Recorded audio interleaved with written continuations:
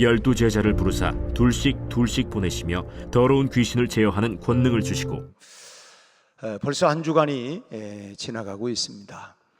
참 한 주 한 주가 얼마나 빨리 가는지, 더위와 또 이렇게 장마로 인해서 힘겹지만 이것도 이제 뭐 한 달만 지나면 또 벌써 야 가을이구나 라고 하는 것이 금방 우리 앞에 다가올 것입니다. 순식간에 날아가는 시간들을 우리가 잘 활용을 해야 할 줄로 압니다. 옛날 조선시대의 암행어사는 임금의 직속으로 지방의 밀파가 되어서 그곳에 있는 행정과 또 백성들의 실정을 조사하는 특수 관직이었죠. 감찰단이라고 할까요? 이제 이런 역할들을 했던 것이 조선시대의 암행어사 제도였는데, 이 암행어사는 임금이 직접 임명을 하고 또 암행어사가 맡은 그 임무는 극비였기 때문에 일단 어사로 이렇게 임명이 되어지면 변장을 하고 목적지를 향해서 탐문 정찰하고 맡겨진 임무를 수행해 왔습니다. 그 유명한 우리가 남원에 참 그 암행어사 출동이요 이러면은 그야말로 이제 그 주변에 탐관 오리들을 다 그냥 숙청을 시키고 이런 일들을 하는 것을 기억합니다만은, 참 어찌 보면 참 멋있는 직책이라고 봅니다. 요즘에도 참 제대로 된 암행어사 제도가 있었으면 하는 그런 생각을 해요. 참 요즘 참 정가의 소식들을 보면 참 정말 이게 정말 너무 진흙탕이다. 참 무엇을 국민들이 보고 배울 수 있을까, 따를 수 있을까, 참 너무 안타까운 그런 마음을 모두가 다 사리사욕에 참 이렇게 눈이 어두워지고, 이런 모습이 참 국민의 한 사람으로서 썩 좋아 보이지는 않는 것 같습니다. 참 일단 이 암행어사에 이렇게 임명이 되어지면 임금으로부터 임무가 적혀져 있는 봉해진 서신을 받고, 이제 의정부로부터는 어사로서 지켜야 할 규칙이 적혀 있는 이런 사목과 마패, 그리고 노수로 된 일종의 지휘봉인 유척을 이렇게 받게 되는데, 이 수행해야 할 명령과 그 명령을 수행하는 데 필요한 권한을 다 주는 것입니다. 그래서 그리고 또 어사는 어디든지 이 마패만 보여주기만 하면 말과 병력을 마음대로 사용할 수가 있고, 그래서 그 마패가 몇 개냐에 따라서 이제 그 암행어사의 그런 지위와 권한들이 이제 얼만큼 높은가 하는 것을 알게 되죠. 누군가에게 일을 맡겼다고 한다면 그 일을 할 수 있는 여건을 만들어주는 그것이 참 중요하다고 봅니다. 그것이 바로 이 암행어사의 마패라고 할 수 있는데, 이 하나님께서도 우리에게 일을 맡기실 때는 그냥 사명만 우리에게 주시는 게 아니고, 오늘 본문 말씀을 보면 그럼 사명과 함께 주어지는 게 뭐냐 하는 말씀을, 이 짧은 7절 한 절 말씀을 읽었지만 오늘 여기에 세 가지 우리 동사를 찾아내면, 하나는 불렀다, 부르사. 그 부른 이유는 뭐냐? 보내기 위해서 보내사. 이게 보내면 그냥 가면 어떡하냐? 마지막에 보니까 권능을 주시고. 그래서 여기 부르사, 보내시며 주시고, 이 단어가 매우 우리가 그냥 성경을 읽어가지만은 사실은 이 단어가 굉장히 중요한 단어라고 하는 것입니다. 먼저는 불렀다는 거예요. 부르신 목적은 뭐냐? 보냄을 위해서, 보내기 위해서. 그냥 부른 게 아니라 부르신 이유는 다시 보내기 위해서 주님이 부르셨다고 하는 것입니다. 예수님께서 제자들을 왜 부르셨느냐? 그리고 왜 그동안 3년 동안 함께 동고동락하면서 함께 계신 이유가 뭐냐? 왜 그렇게 가르치고 또 훈련을 하는 거냐? 물론 우리가 마태복음 28장 마지막 19절 20절 말씀을 보면, 너희는 가서 모든 족속으로 제자를 삼아 아버지와 아들과 성령의 이름으로 세례를 주고 내가 너희에게 분부한 모든 것을 가르쳐 지키게 하라. 결국은 불러냈지만 다시 너희들을 보내서 그리고 다시 너희들도 내가 했던 것처럼 가르치고 전파하라. 이제 이런 말씀인데 결국은 뭐냐면 답은 뭐냐? 이 보내기 위해서라고 하는 것입니다. 오늘 본문 말씀도 12제자를 부르사 둘씩 보내시며 라고 얘기를 하고 있습니다. 예수님께서는 제자들을 보내기 위해서, 부르신 목적은 뭐냐면 다시 보내기 위해서라고 하는 것입니다. 요한복음 17장을 우리는 예수님의 긴 중보 기도의 내용이 기록되어 있는데 그 중에 쭉 읽어가다가 18절의 말씀을 보면 이렇게 기도하고 있습니다. 예수님의 기도가 아버지께서 나를 세상에 보내신 것 같이 나도 그들을 세상에 보내노라. 아버지 하나님이 나를 이 세상 가운데 보낸 것처럼 나도 이 제자들을, 이 사람들을 세상 가운데 내가 다시 보낸다라고 하는 이런 그 기도가 나오는데 예수님은 하나님 아버지로부터 보내심을 받았고 또 그리고 예수님의 제자들 역시도 예수님으로부터 세상 가운데로 보냄을 받았다고 하는 것입니다. 그렇다면 오늘 우리를 부르신 이유는 무엇일까? 우리 찬송이 예수가 우리를 부르는 소리 금성 부드러, 우리를 부르신 이유가 무엇일까? 역시 그 부르신 목적도 우리를 다시 세상으로, 가정으로, 우리 삶의 현장으로 또다시 보내기 위해서 우리를 불렀다고 하는 것입니다. 보냄을 받지 않는 사람은 결국 뭐냐 그러면 보냄 받지 않은 사람은 예수님과 아무런 상관이 없는 사람인 것입니다. 그러면 부르심을 받았다면 어떻게 가야 돼요? 예수님께서 변화산상에서 기도하고 있을 때에 베드로가 주님 우리 산 아래로 내려가지 말고 여기에 초막셋을 짓고 그냥 여기서 삽시다. 예수님이 제자들을 다시 데리고 내려가요.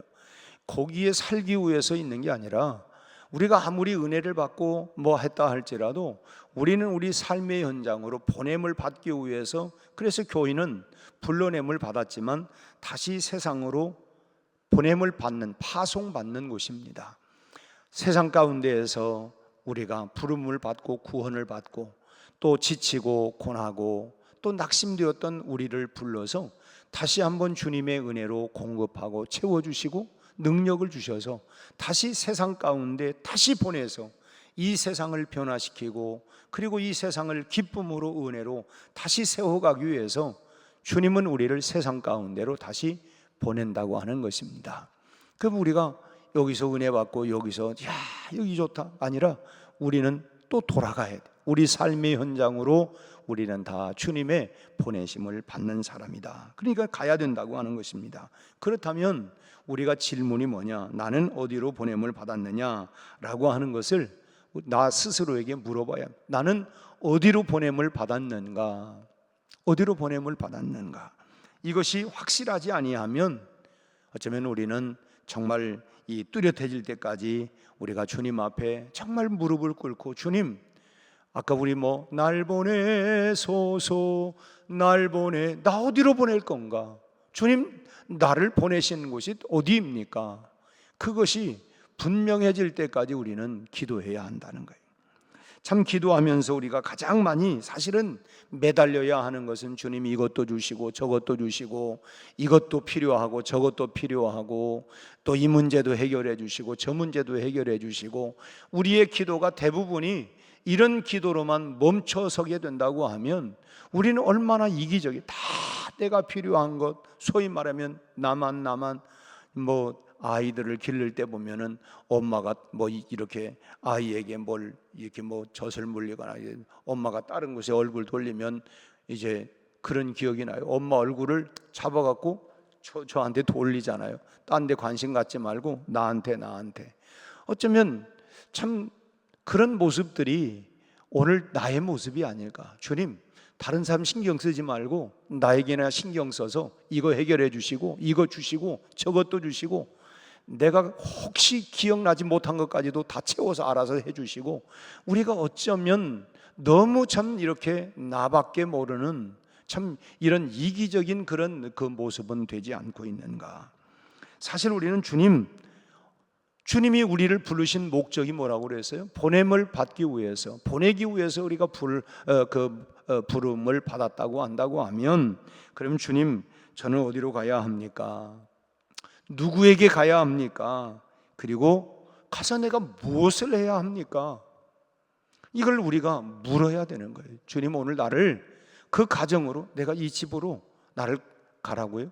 내가 그러면 거기서 무엇을 해야 할까요? 어떻게 해야 할까요? 사실은 그런 것들을 우리가 하나님 앞에 진지하게 물어야 될 부분이란 거예요. 우리가 그냥 뭐 이것도 저것도 다 주세요 주세요만 할 게 아니라, 주님, 나를 어디로 보낼 것입니까? 누구에게 가야 합니까? 그리고 가서는 내가 무엇을 해야 합니까? 그리고 우리에게 내게 주신 그런 모든 일들을 가지고, 직분과 이런 것들을 내가 무엇을 해야 합니까? 하나님께 우리가 끊임없이 물어야 된다고 하는 거예요. 그리고 두 번째로는 이 보내심에는 권세가 따른다라고 하는 것을 우리는 잊지 말아야 합니다. 오늘 세 단어를 기억하시라고 했는데, 부르사, 그리고 보내시며, 그리고 권능을 주시고, 이 세 가지 단어를 우리가 기억해야 된다고 그랬어요. 권세라고 하는 거 다 좋잖아요. 세상 사람들도 권세를 잡기만 하면 뭐 그것이 크든 작든 그걸 놓지 않으려고 합니다. 요즘 뭐 정가의 싸움들이 다 뭡니까? 다 자기가 차지하려고 하는 거 아니겠어요? 내가 더 높은 자리, 더 큰 힘, 내 말 한마디면 다 천하를 움직일 수 있도록, 결국 권세라고 하는 건 참 좋은 거예요. 참 애를 쓰는 이유, 참 그거는 참 놓지 않으려고, 얼마나 어떻게든 이걸 빼앗기지 않으려고, 그 권세를 지키려고 뭐 이런 일들이 뭐 결국은 뭐 분쟁과 다툼으로 뭐 그렇게 하지 않습니까? 사람들이 하도 권력을 가지고 그야말로 뭐 이런 장난치고 저런 장난치고 뭐 그러기 때문에 그렇지, 좋은 면에서 보면 권세라고 하는 거는 내가 사람들을 위해서 하고 싶었던 일들을 할 수 있는 모든 그런 것을 제공해 주는 것입니다. 그래서 어떻게 보면 내게 주어진 이 권세를 가지고 내가 그냥 허튼 곳에 쓰지 아니하고 정말 봉사하고 섬기고 일하기 위해서 그걸 잘 사용한다고 하면 참 그게 이름이 남는 것 아니겠습니까? 얼마나 좋은 거예요. 여러분에게도 하나님께서 여러 가지 권세를 주시기를 주님의 이름으로 축원합니다. 그러나 자기 자신을 위해서 배를 채우고 또는 뭐 이런저런 장난이나 하는 그런 권세가 아니라, 진정으로 정말 하나님께 영광을 돌리고 또 사람들을 위해서 하나의 미랄이 되어서 좋은 결실을 남길 수 있는 그런 권세를 주님이 주시기를 축복합니다. 내게 주신 이런 권한, 권세, 이런 기회를 가지고 정말 사람들을 섬기고 하나님의 기쁨과 영광과 하나님을 드러내기 위해서 그렇게 사용된다고 한다면, 여러분 어떻게 했어요? 야, 이는 진실로 하나님의 사람이구나, 이는 진짜 크리스찬이구나. 참 우리가 그런 속에서 우리가 하나의 미랄이 되어지고, 우리가 그 속에서 우리가 누룩이 되어지고, 정말 소금처럼 녹아져서, 소금이 녹아지면 자기는 보이지 않지만 모든 음식에 맛을 내는 것처럼 내 이름 석자는 드러나지 못할지 모르지만 그 속에서 내가 녹아져서 그 변화가 일어날 때에, 그러나 나중에는 뭡니까? 야, 이게 역시 간이 딱 맞아야 돼. 역시 음식은 소금 맛이야. 사실은 소금은 눈에 하나 보이지 않지만 그것이 음식의 맛을 결정해내는 것처럼, 여러분, 내가 들어가서 그곳에서 그 공동체에서 정말 내가 내 이름 석자는 드러나지 못할지 모르지만 맛을 낼 수 있는, 그것이 우리가 감당해야 할 그런 보냄을 받아서 내가 무엇을 해야 할까요? 어떻게 해야 할까요? 어떤 역할을 해야 할까요? 그 맛을 우리가 내는 역할을 우리가 해야 된다라고 하는 것입니다. 우리가 잊지 말아야 하는 것은, 주님께서는 우리를 보내실 때에 결코 빈손으로 보내지 않으신다고 하는 거예요. 능히 그 일을 감당할 수 있는 능력을, 우리가 아이고 저는요 부족해서요 뭐, 여러분 그게 아니라 이미 주님이 우리에게 능력을 주셨어요. 우리에게 그런 사명과 직분과 이런 것을 주실 때는 우리에게 능력도 주신다고 하는 것입니다. 오늘 본문 말씀에도 더러운 귀신을 제어하는 권세, 권능, 능력을 주셨다고 말씀을 해요. 그들을 보낼 때 그냥 보내는 게 아니라 그야말로 영적 싸움에서 승리할 수 있는 이 권능을, 귀신을 제어하는 권능을 주셨다고 기록하고 있어요. 이런 권세만이 아니죠. 맡겨주신 사명을 감당하는 데 있어서 필요한 모든 것들을 넉넉히 부어주시는 분이 바로 우리 주님이신 줄로 믿습니다. 그러니까 나에게 사명을 감당하는 사람에게는 우리 주님이 넉넉하게 주신다는 거예요. 사명을 감당하는 사람에게는 사명을 감당할 수 있도록 주신다. 이것을 역으로 말한다고 한다면 그럼 뭐냐? 가지 않는 사람에게는 주시지 않는다는 거예요. 사명을 감당하지 않는 사람에게는 주실 이유가 없지요. 그러니까 우리가 사명을 감당하는 사람에게 있어서는 넉넉히 주시지만 거꾸로 얘기하면 감당하지 않는 사람에게는 주시지 않는다라고 하는 것입니다. 여러분, 우리가 가야 주시는 거예요. 가야 주시는. 가지 않는 사람에게는 주시지 않습니다. 내 삶이 그렇다고 하면 풍성하지 못하다, 그렇게 된다면 내가 우리 삶을 위해서, 내 삶을 위해서 기도하기 전에 주님의 명령을 따라서 내가 지금 가야 할 곳에 가고 있는가, 내가 해야 할 일을 내가 하고 있는가, 이것부터 우리가 먼저 정리를 해야 할 거예요. 참 주님이 부르신 것은 보내기 위해서 그냥 빈손으로 보내는 게 아니라 권능을 주신다고 했는데, 내가 정말 주님의 부르심을 따라서, 그리고 보냄을 따라서 내가 가고 있는가, 그리고 감당하고 있는가, 이런 부분들을 내가 생각을 해보고 정리를 해봐야 된다고 하는 것입니다. 그리고 확신이 오면 우리가 믿음으로 첫걸음을 우리가 내디뎌야 합니다. 참 주님이 주신 줄로 믿고, 그리고 주실 줄로 믿고, 그리고 나가면 주님이 어떤 방식을 통해서든 간에 참 나가면, 이스라엘 백성들이 출애굽을 할 때 그 많은 백성들을 광야길로 인도할 때 우리 어떻게 먹습니까? 아니, 어디서 어떻게 먹습니까? 그냥 가요. 가니까 주님이 그 필요한 것을 따라서 참 공급하시지 않습니까? 우리가 지나고 보면, 야, 우리가 험악한 세월 살아왔다, 또 되돌아보면 뭐예요? 참 주님의 크신 은혜다. 참 돌아보면 다 은혜 아닙니까? 참 지금까지 지내온 것 주의 크신, 그냥 그래서 우리 찬송도 앞이 캄캄할 때 기도 잊지 말아라. 그 주님을 의지하라는 거예요. 주님께 맡기라는 것입니다. 그리고 그냥 걸어가면 주님이 우리의 삶을 어떤 방식으로든 돌아보면 다 모든 게 주님의 은혜라고 하는 것입니다. 그렇다면 우리가 다시 확신이 오면 우리가 걷고, 그러면 주님께서 예비해 두신 은혜와 권세와 축복이 반드시 우리의 뒤를 따라오게 될 줄로 믿습니다. 그 시편 1편의 말씀이 그거 아니에요? 결국은 주야로 그 말씀을 따라가면 우리에게 참 그야말로 우리에게 풍성하게 더해 주신다, 내 잔이 넘치게 하신다라고 하는 것입니다. 그리고 세 번째로는 주님의 사명에 독불장군은 없다라고 하는 것입니다. 독불장군은 없다. 예수님은 제자들을 둘씩 짝을 지어서 보내셨어요. 물론 제자들 중에는 혼자 하더라도 넉넉하게 할 만한 제자들도 있을 거예요. 그거 나 혼자 얼마든지 할 수 있다, 혼자서 할 수 있는 능력과 그런 것들이 다 구비된 사람들도 분명히 있을 거예요. 그래도 주님께서 너는 혼자 해도 되겠다, 이렇게 한 게 아니라 둘씩 다 짝을 지어서 보냈다고 하는 것입니다. 왜 그렇게 하셨을까? 참 하나님의 일에는 목표 달성이라고 하는 것도 중요하지만 서로 하나 되는 것이 더 중요하기 때문에 그렇다고 하는 것입니다. 여러분, 부부가 딱 되어지면, 제가 주례할 때 이런 단어를 많이 씁니다. 이제부터는 2인 삼각경기다. 2인 삼각. 나 혼자는 그냥 가볍고 언제든지 뛰쳐나가고 나 혼자 빨리 뛸 수도 있지만 2인 삼각경기는 서로 다리를 하나씩 묶어놨어요. 그러니까 어떻게 해야 돼요? 나 혼자만 먼저 뛰겠다고 하면 넘어지든지 갈 수가 없습니다. 더 늦어져요. 그러니까 뭐냐면 보조를 맞춰가지고 왼발. 그 이제 발은 각각 2개씩이니까 4개지만은 하나를 묶어가지고 얘는 2사람이 3발로 걸어가야 되는 거예요. 그러니까 보조를 맞추지 않고서는 안 되는 거죠. 이 결국 목표를 달성하는 것이 중요한 게 아니라 그것이 필요 없다는 거 아니에요. 그러나 서로 더 중요한 건 뭐냐? 참 그 일을 위해서 하나가 되는 것, 하나가 되는 것.